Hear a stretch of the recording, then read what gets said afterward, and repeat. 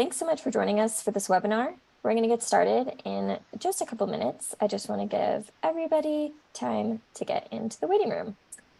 But while you're coming in, if you'd like, you could drop in the chat your name and where you're from.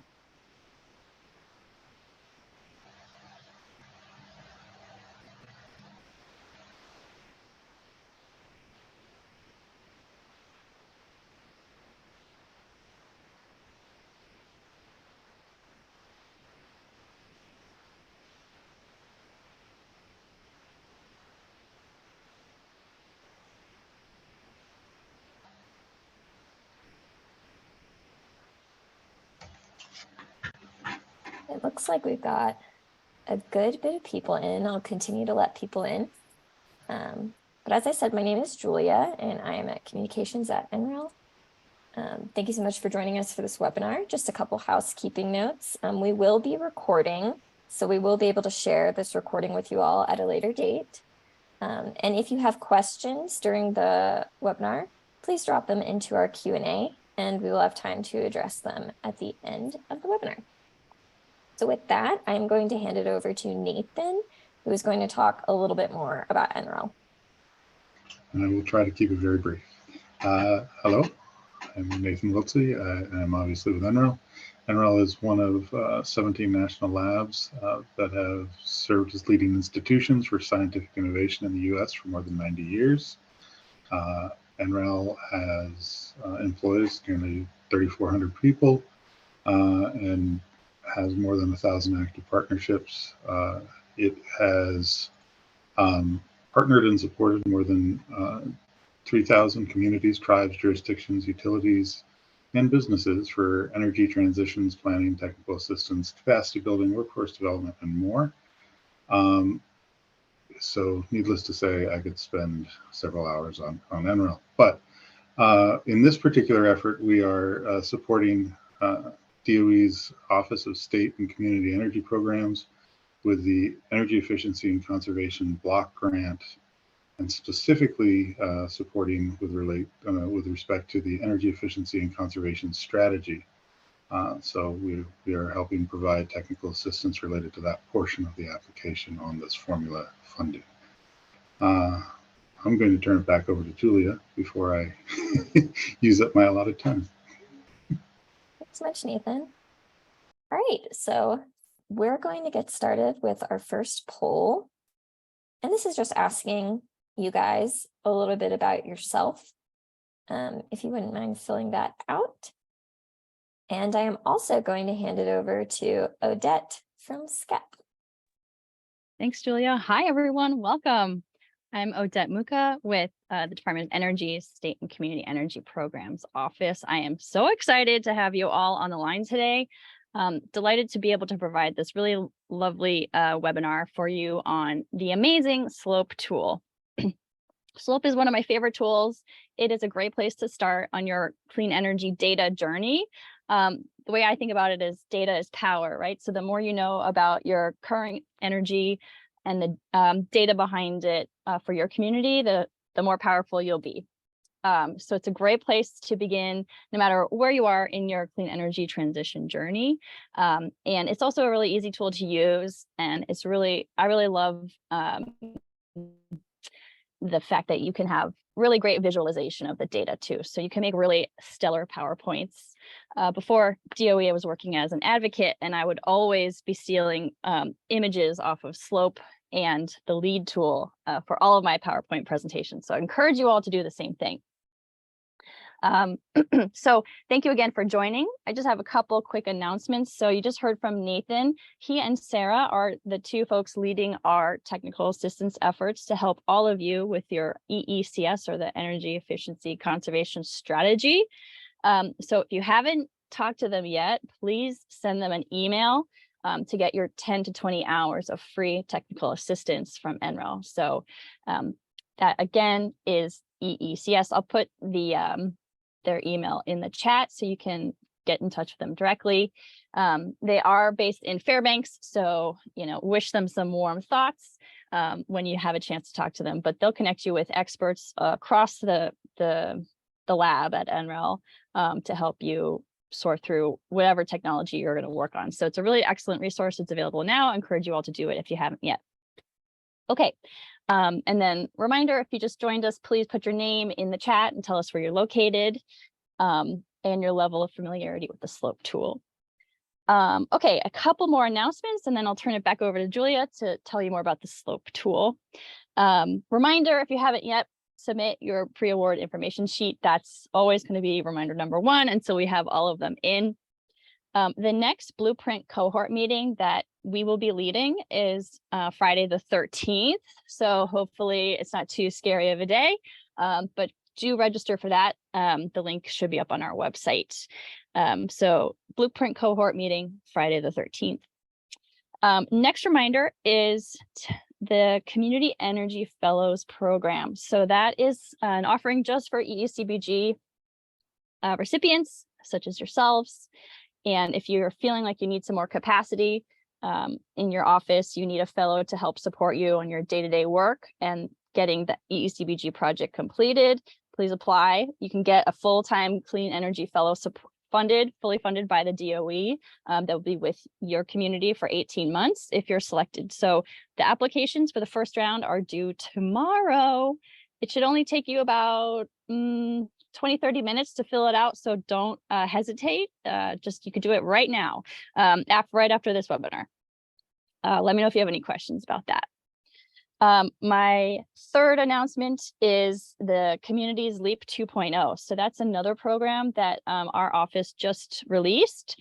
It's now open, so I encourage all of you to spread the word to communities around the country that might need some more technical assistance support. This program is really good for highly energy burdened communities that are earlier on their energy transition. So that application is due in December. So check it out from SCEP.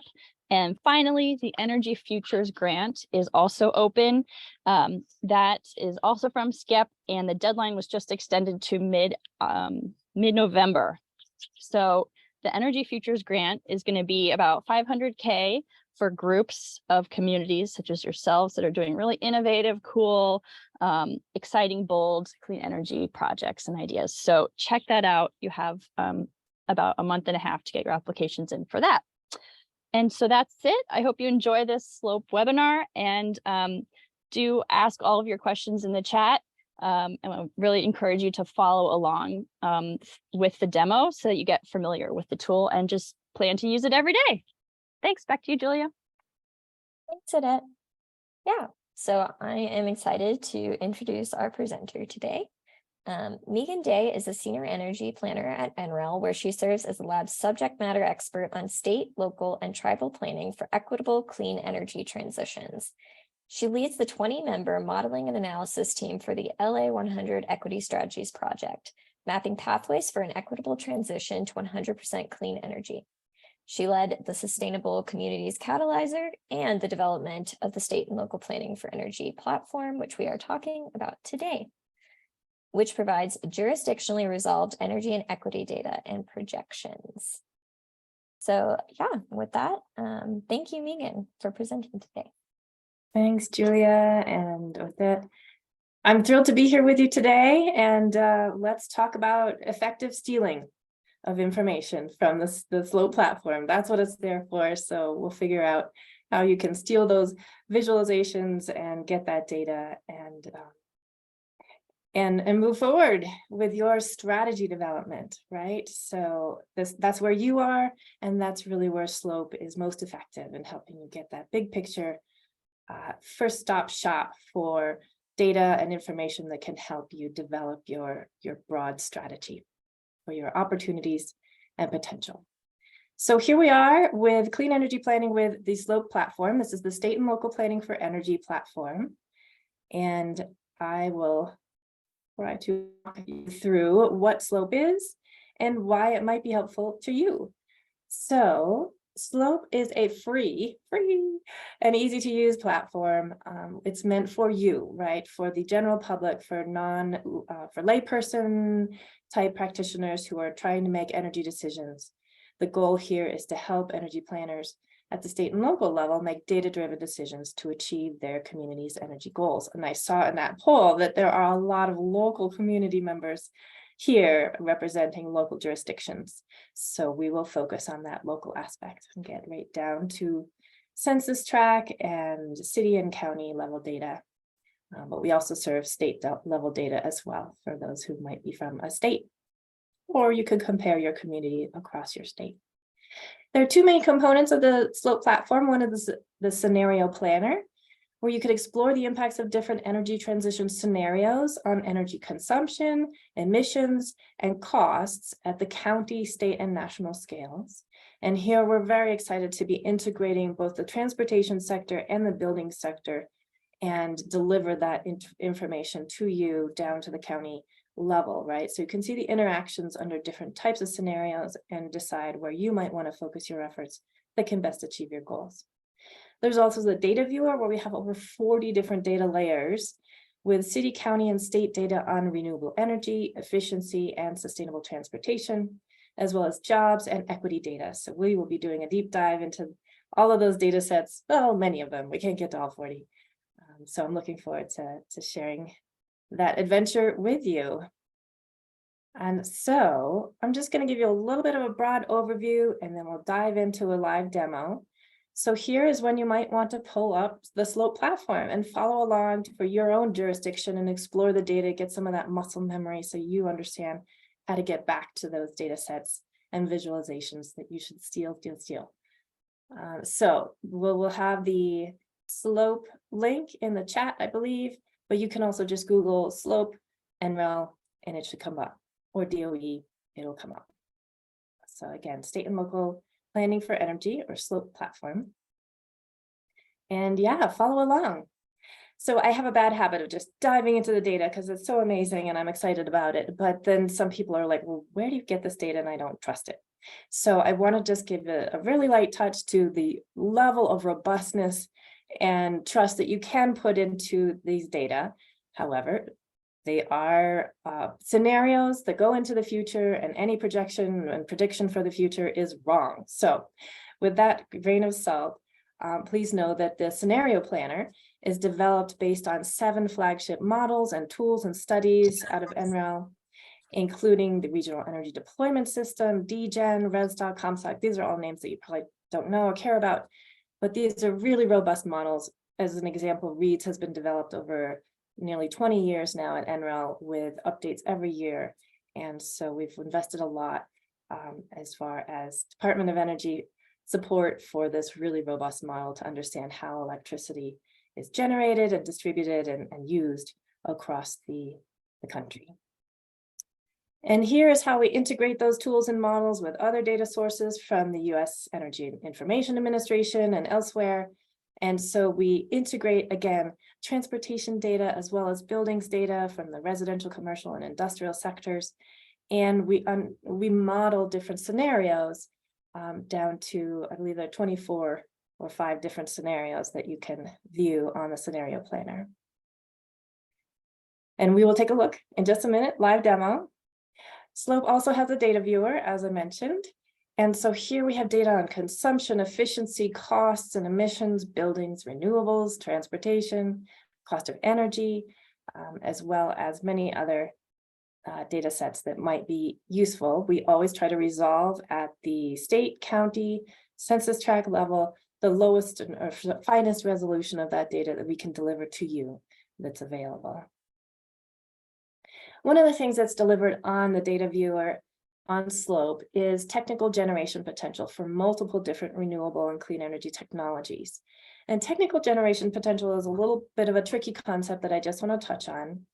It's basically, you have an example of solar, right? You have that amount of solar that's falling or shining on a particular area, and that's your resource. How strong is that resource? How often is it cloudy?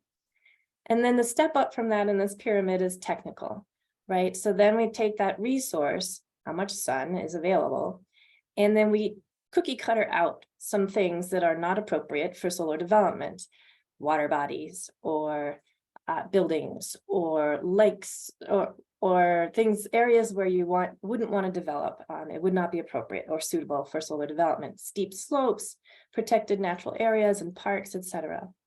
So that's not very far up on that pyramid. Beyond that, you have economic potential. What would the cost be? Would it be highly expensive? Technical potential does not take that in consideration. And then market is, would anyone buy it? Is there a market for this? So as you can see, this potential gets smaller and smaller as you go up through this pyramid of considerations. So technical potential is a very high upper bound of potential for generation. So you'll never necessarily make it to that point of technical generation potential, but it gives you a sense of comparison across technologies and what is the very highest upper bound for planning purposes. Okay, let's dive into a live demo while I mess around with my screen here. We're going to take another poll. So I will stop sharing for just a minute while you take a look at the poll, and maybe Julia can read that poll for you. So everyone just take a look at the poll that I just put up. And I know you guys have been putting your counties in the chat. We're looking to pull from what you've put in the chat to use for our demo. So if you'd like to see your county in our demo, go ahead and make sure you throw that in the chat because we'll be pulling from there. Great, thank you. Yeah, and we'll just give Megan a second to transition over to the demo.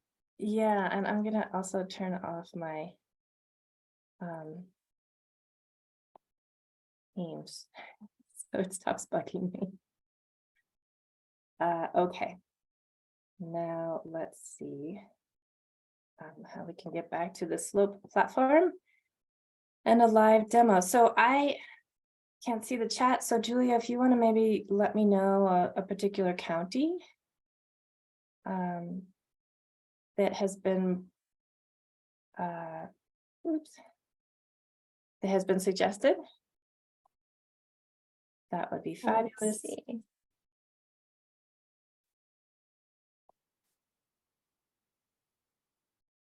And let's see. I'm looking at who everybody came in rapid fire after I made the announcement, but I see Wake County, North Carolina. Great, Wake County sounds fabulous.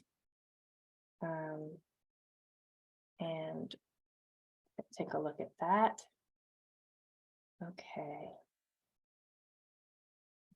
And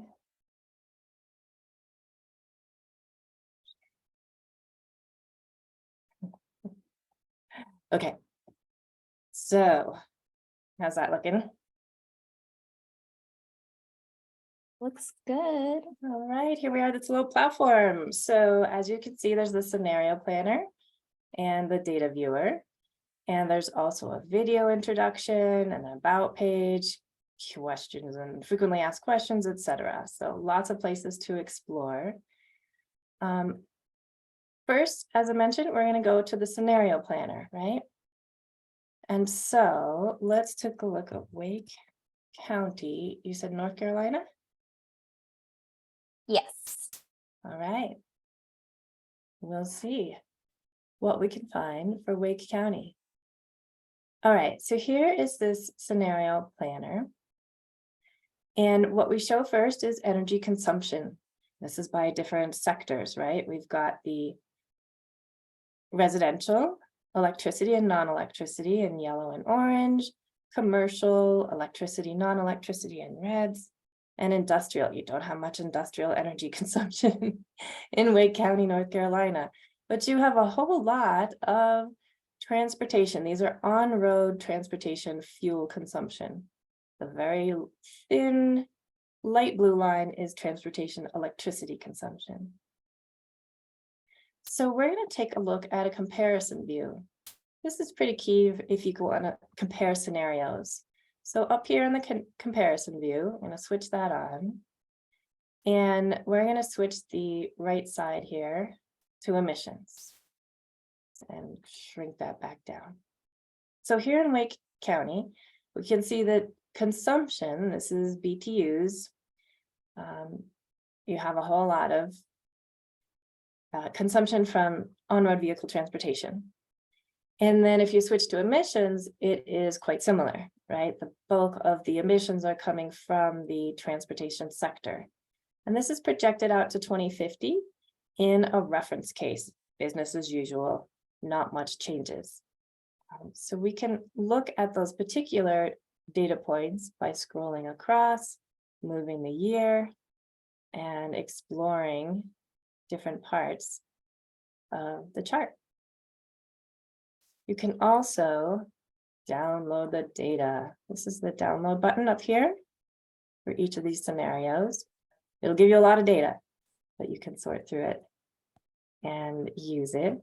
And then, as Odette mentioned, you can do screen captures at any point and use those with attribution.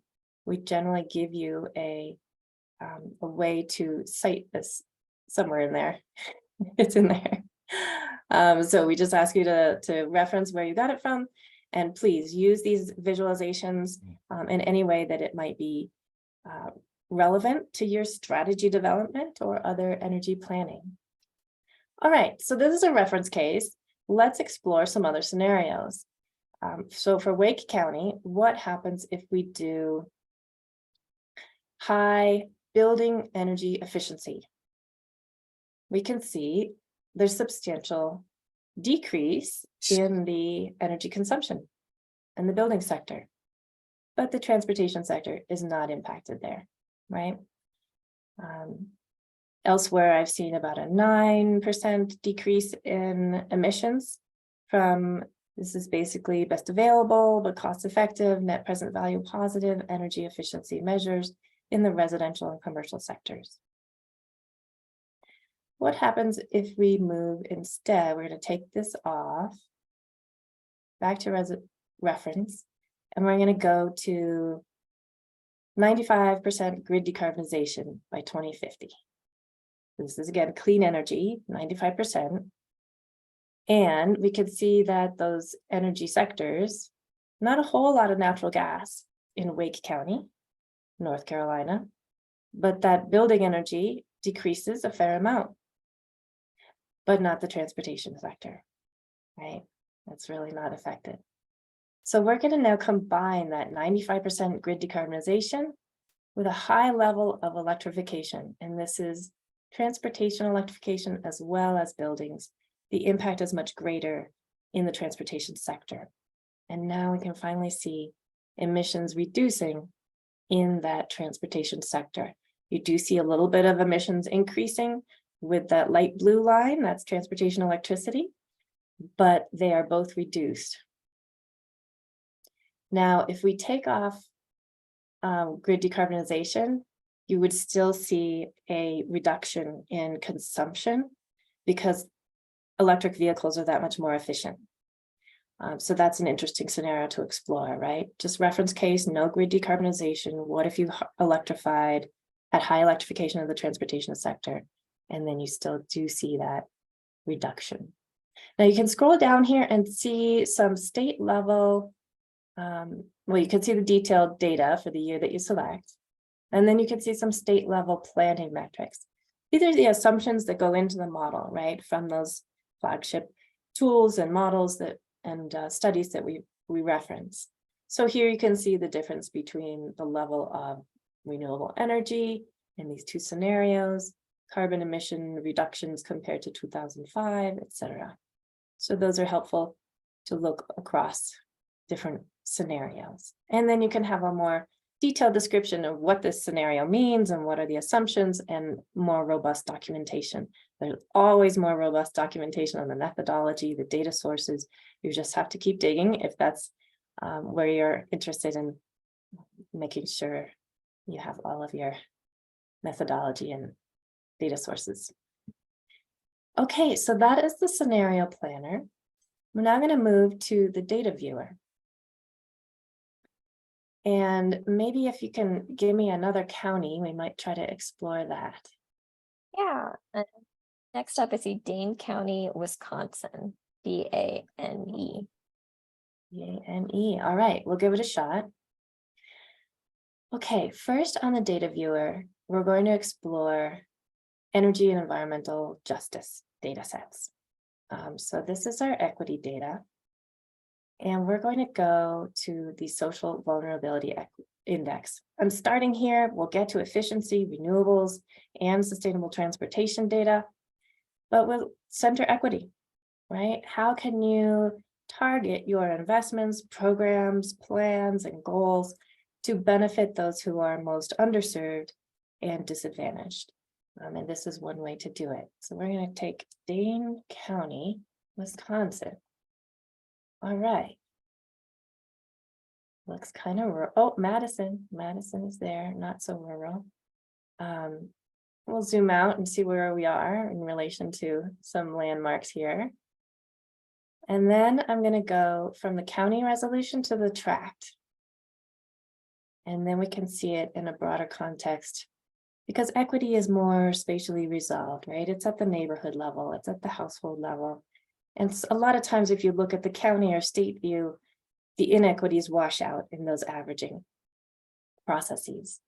So there we go.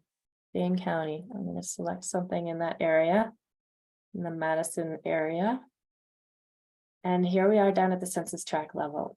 The social vulnerability index is from the Center for Disease Control, and they are looking at vulnerability to disasters, health risks, disease, etc., obviously. But we use it here because it helps show vulnerabilities to potentially other things like extreme heat, which you might be tangentially at least addressing, or high energy bills. So here we are in a high vulnerability census tract in the Madison area, Dane County. I think we're still here in Dane County. And we always have this coral cleft map for most of the maps, right? And the darker the color, the higher the value. And here we're looking at vulnerability. This is a combined index. So what are the vulnerabilities in the census tract? The top vulnerability is housing type and transportation. You can scroll over here to see what that means. These are multi-unit structures, mobile homes, crowding, no vehicle households, and group quarters. So there you can see where there might be opportunities to target, efficiency measures or rooftop solar for multifamily housing, for mobile homes, etc., in a way to help you target some of your goals and programs, etc. There's also minority status and language, socioeconomic, and household composition and disability. This is elderly, children, as well as disability status. Okay, let's go down to energy burden. So here we have data on two indicators, right? Household energy burden is the percentage of your household income that is spent on energy bills. Transportation energy burden is the percent of your household income spent on basically fuel, right? Gas or diesel for your transportation as a household. So here in Dane County, we can see that we have some higher transportation burdens, which is interesting. And we have this dual coral cleft map, right? Areas that are dark blue means they have high burdens in both of those factors. This darker blue instead of purple means that they have a high transportation burden and a medium energy burden for housing, right? This is energy bills. So again, this is a way to target any programs, policies to try to address those areas that have the greatest need, have different energy burdens in different ways. So high transportation burden means they might be driving long distances to get to services, schools, etc., and it's generally intersecting with poverty, low income. And whereas the high energy burden for bills, that it might be intersecting with older building stock, inefficiency, as well as low income, etc. Okay. Excuse me, I'm fighting a cold. But now we're going to go on to another equity data set and take a look at,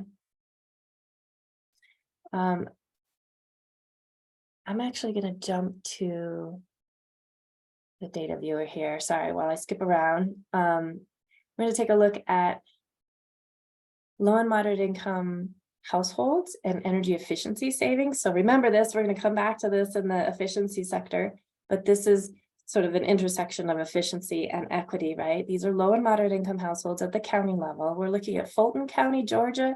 I just pulled this up because this is Atlanta. And here we're looking at what is the energy savings potential. So this is the percentage of bill savings. So it's fairly high, though moderate compared to other areas, 40 to 45% potential energy bill savings in Fulton County. And where's that savings coming from? Predominantly electricity. And it's $485 of efficiency savings potential per year for low and moderate income households. And this is an energy efficiency upgrade package that is cost effective, that's been targeted for the types of households in this area. So that's one way to look at the intersection of efficiency and equity. And then let's go down to the final data set in this data viewer that we're going to take a look at. There are others on equity. Here again, we're in Fulton County and we're down at the census tract level. And this is demographic information. This is basically giving you the Department of Energy's disadvantaged community status designation, right? So we've got all kinds of metrics that map out here, which are considered in that DAC status designation by the DOE. So if you're looking for, you know, an application that shows who you're targeting and how they are considered by the DOE to be disadvantaged, this is one way to look at those demographic data up. So here we've got a census tract in the Atlanta area, which has 100% disadvantaged community designation, a score, and then a lot of other demographic data, including race, as well as one of the things I find interesting is this percentage of households with no vehicles. So there, if you're looking at like citing EV infrastructure, that's not an option that's going to help these households, right? 20% is very high for households without vehicles in this census tract. So there you might want to look at shared EV, e-scooter, e-bike, other types of approaches to help improve equity in transportation electrification. Okay, and now I'm going to show you, okay, I lied. One more equity data set because it features our equity overlay. So basically we've just developed this equity filter. And here again, we are in the Atlanta area. I had to pull it up beforehand. It takes a little while to load. But we're going to, here we are in the residential rooftop solar potential. The equity data layer is flagged by this little symbol here, showing the several data layers where we overlay these metrics. And, oh, it took it away from me. Sorry. Okay, it's crashing on me. Well, that's why I pulled these up beforehand, but unfortunately, okay, it's loading very slowly. So here you could see the data layer and the controls, where we have, again, household energy burden, transportation energy burden, as well as that social vulnerability index overlaid. And so whatever your settings are here, you could switch between different vulnerability categories, and it'll show you this hash mark over your census tracts or county if they meet those criteria. So here's a census tract that is energy burdens of both household energy as well as transportation and meets a high minority status in language, social vulnerability status. And what we're looking at here, this data set, is low to moderate income residential rooftop solar potential. Again, technical generation potential, very high upper bound for planning. But here, if you're looking at a rooftop solar approach that you're trying to benefit lower and moderate income families and households, this is one way to help you target, right? And what we do is we break down that potential by building type and tenure. So the highest potential in this census tract is in multifamily renter occupied buildings. And this is in megawatt hours of generation potential. So again, potential opportunities to help you with your strategy development. All right, we're gonna go rogue here. Maybe give me another county, see if we can tackle something else, and we're gonna look at jobs. All right, we've got Palm Beach County, Florida. Okay. Give it a second to catch up with us.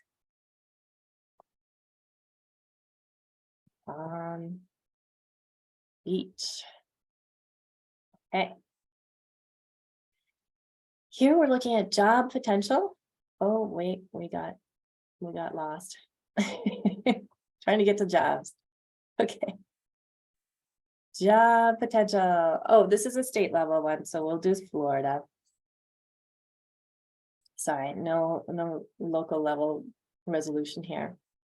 But we do have state level data on job growth potential. And let's look at by 2030, where are those clean energy jobs going to be? And the highest growth, Florida is among the higher growth states for jobs in the clean energy sector. We've got it by utility energy efficiency jobs, there's a description there. And that is growing the most in Florida. Super interesting. It's not the same for every state.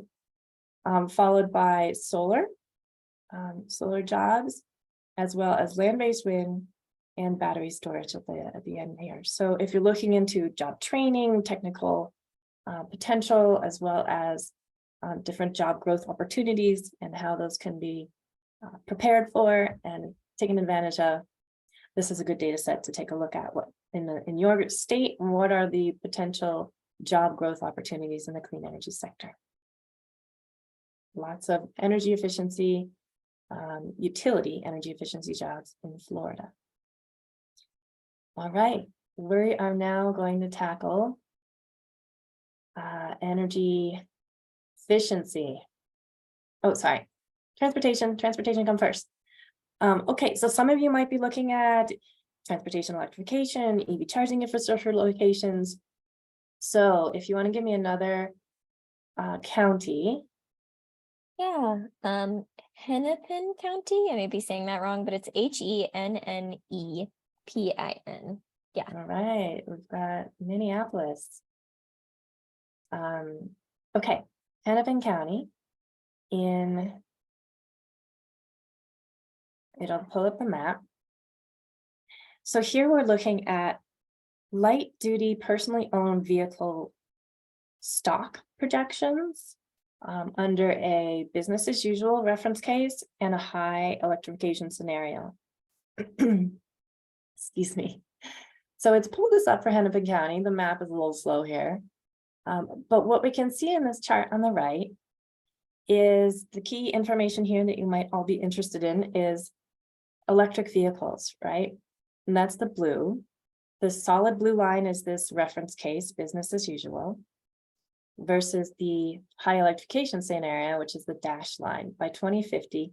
It's a pretty big range between here. That's basically a range of possibility, right? The reality will fall somewhere in between. And that can be influenced by local actions, policies, and programs. And so you can also look at what are the registration numbers between here and there and set some metrics. If you have goals, you can set some interim metrics to achieve those goals if you have a vehicle electrification goal. You can also take these numbers of electrified vehicles and any goals that you set within this range of possibility, and you can feed it into a tool called EVI Pro Lite, right? And that will give you the associated charging infrastructure that could support that level of electrification. So we'll put that in the chat for you to go to EVI Pro Lite as an associated tool. Okay, and now we can change from, sorry, this map is super slow, but we can go to fuel consumption. So we took a look at stock. Now we're going to look at fuel consumption associated with those different scenarios, right? So we have gallons of gasoline equivalent now mapped. And obviously in the urban area like Hennepin County, there's going to be more gallons of gasoline equivalent used. And again, let's take a look at here between this reference case for electric vehicles compared to the high electrification scenario. And that range that difference is the potential fuel savings potential between those two scenarios, your range of potential for fuel savings and fuel reduction, as well as the associated emissions reduction. You can also feed that into something like the EPA tool to understand how much that fuel reduction would mean for emissions reduction and what that means in terms of trees planted or cars off the road or all those other fun metrics. So those are two data sets you might be interested in the transportation sector. And now we're going to go to renewable energy. Energy efficiency. I'm getting my. So if you remember, we took a look at low and moderate income household energy bill savings potential. And we looked at the different, very high for electricity. So let's look at electricity savings potential. Again, this is another one with an equity layer. And we're still here in Hennepin County, and this is a state level metric. So we're in Minnesota. So this is single family home electricity savings potential, and this is across the state. What are the measures that get you the most electricity savings potential? So when you find those like areas by county where you have a lot of energy savings potential from low and moderate income, you can look here and see what are those measures. And here, electricity savings potential is highest in Minnesota for upgrading electric furnaces to variable speed heat pumps at wear out.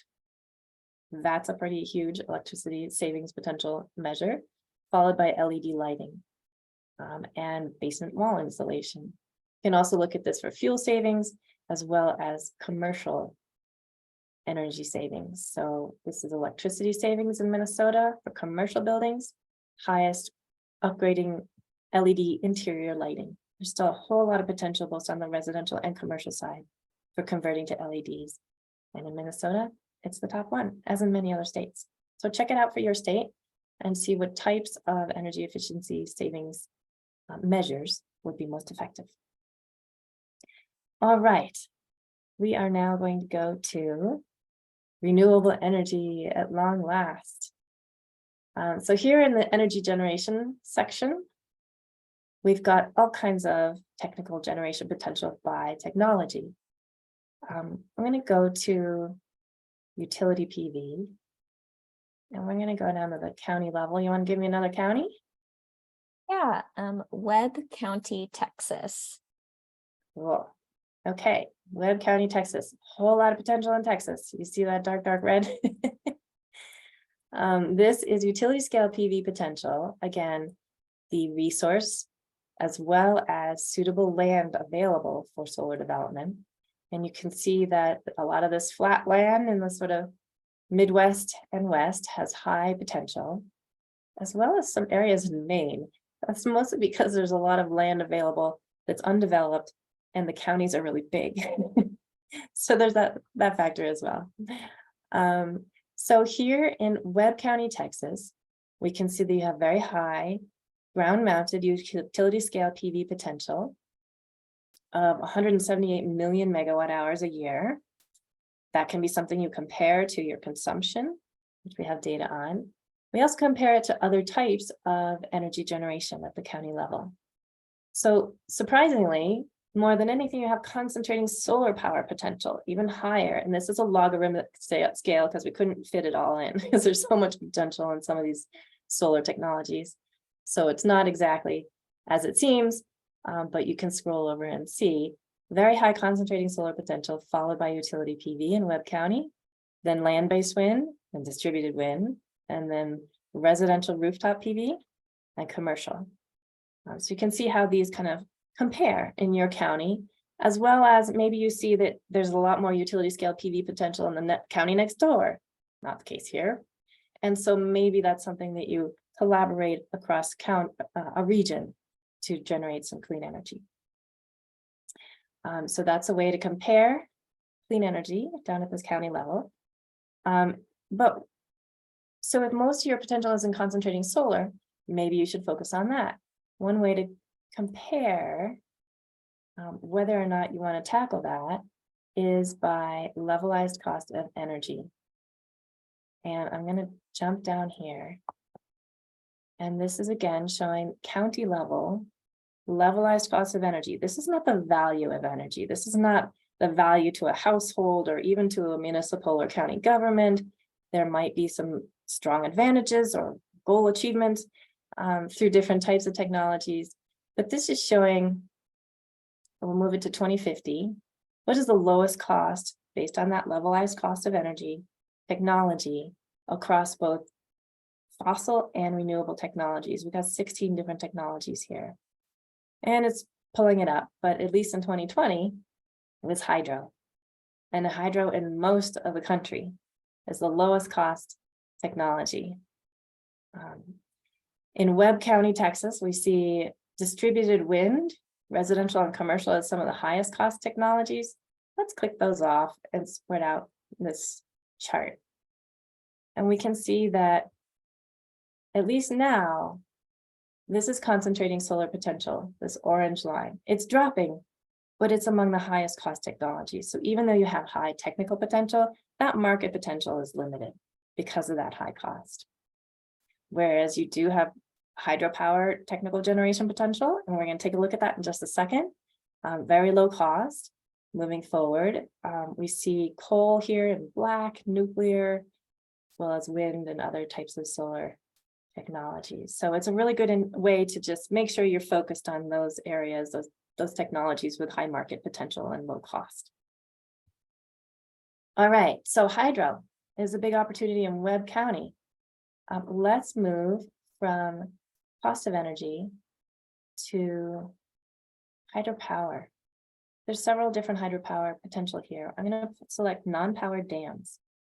And so you have to know like the point. So it's really easier to just zoom in here.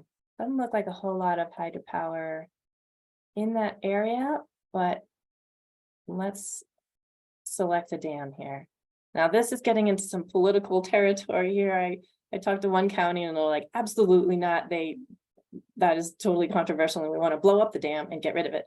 We don't want to power it. Okay, that's fine.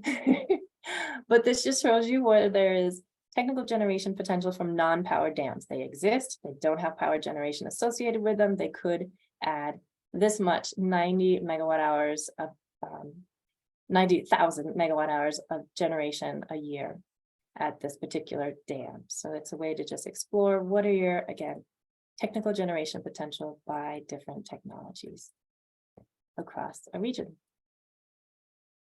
Okay. So that's renewables. I think we're at a point where we can take some different polls again, right? Is there another poll? Not another poll, No, but it is time for questions. Yes, I want it's to make question sure we have and time answer for time. questions. Yeah. All right, let's move to that. Thank you.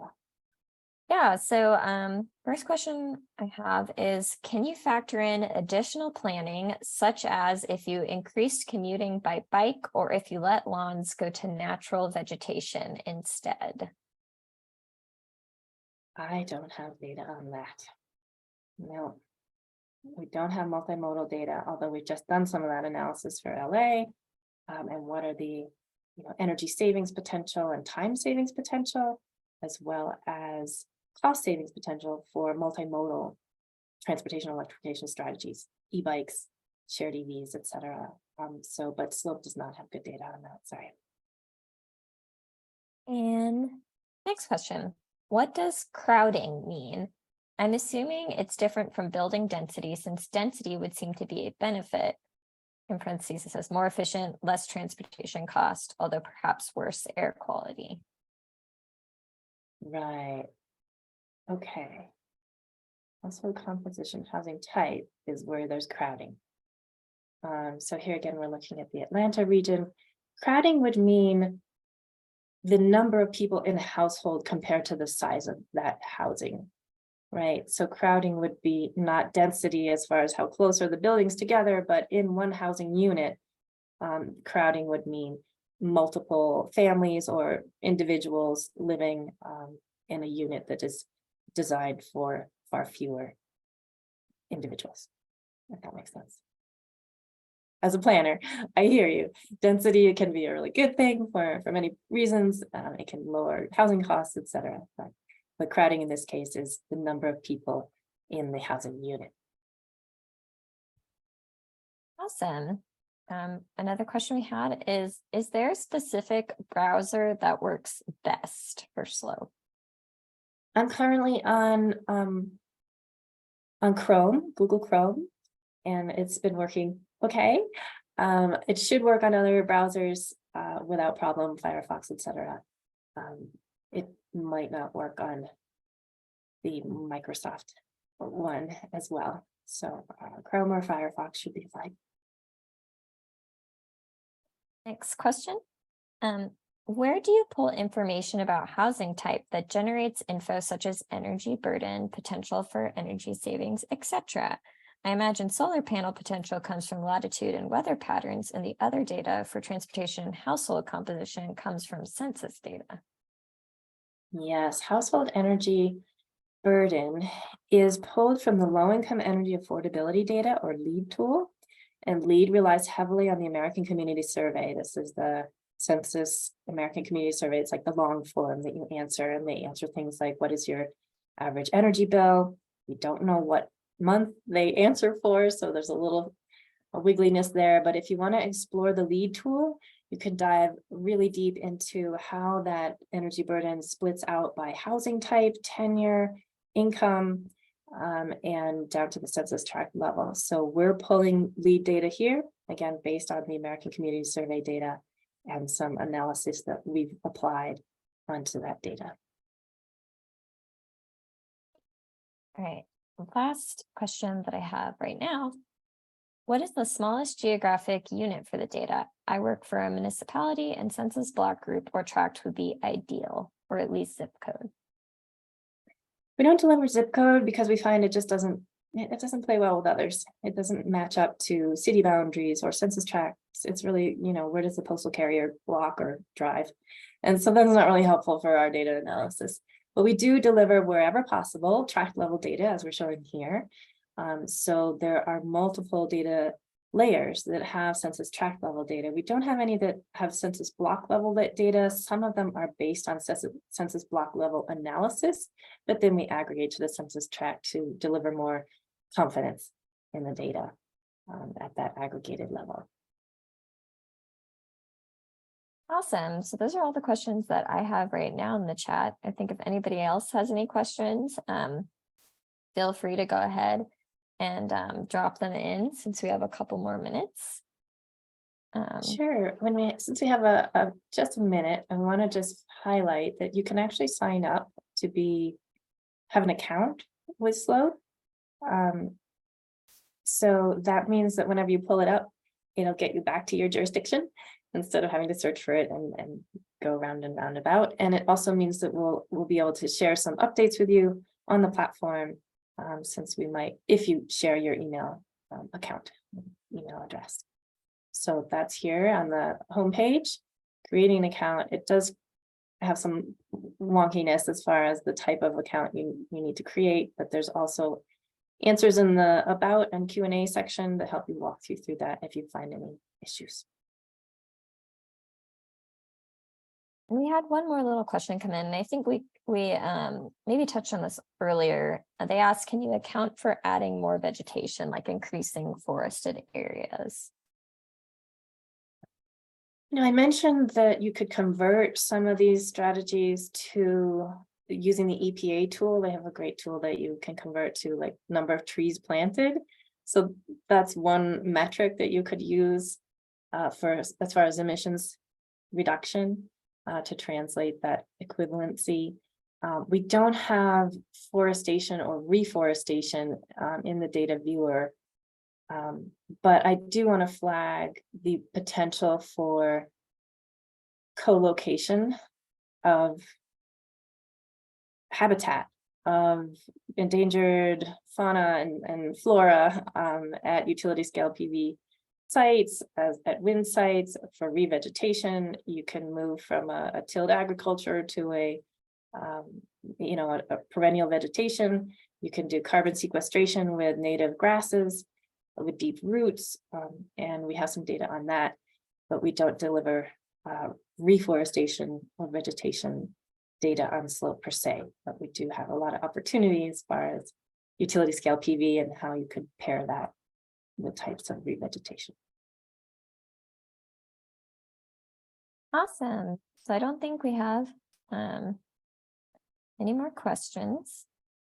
I want to thank everyone for your time, and I'll turn it over to you all to wrap up. Thank you. Oh, we did just have one more come in. Okay. They said, do you weigh in emissions from landscaping and recreational vehicles? We're concerned about this. Oh, emissions from landscaping and recreational vehicles. So these would be off-road vehicles. The answer is no.